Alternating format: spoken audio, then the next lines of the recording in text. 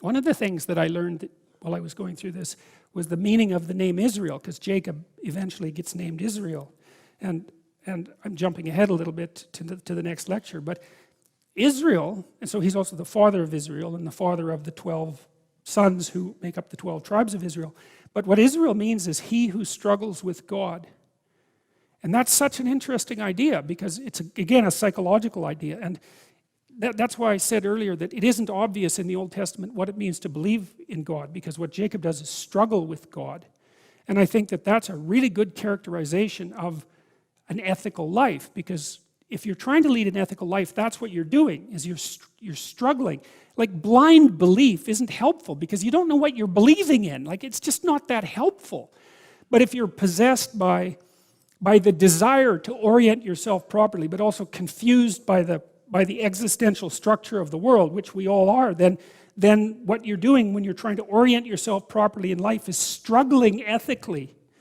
And Jacob actually gets quite hurt. He wrestles with God, literally, and God dislocates his thigh. And so, the idea there is watch the hell out, right? The thing that you're contending with is powerful, although you can contend with it. That's the thing that's so interesting.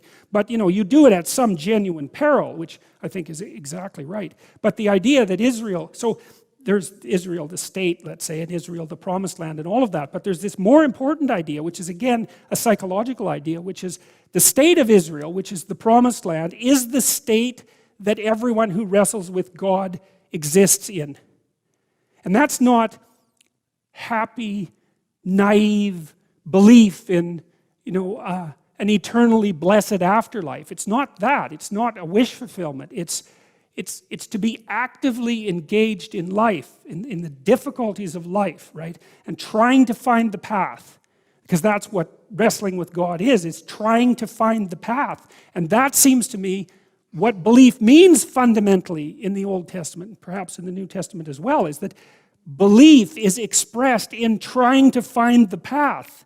And that's an ethical struggle, and it's a real struggle. It's the struggle of life. So as long as you're willing to engage in that struggle, then hypothetically you have the divine behind you. And so I believe that. I think that's true.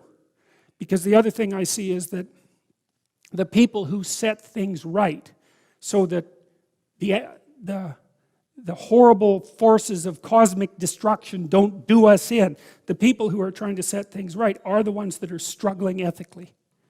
And that there is a redemptive element to that. And I don't think there's any way of being cynical about that. So thank you. We'll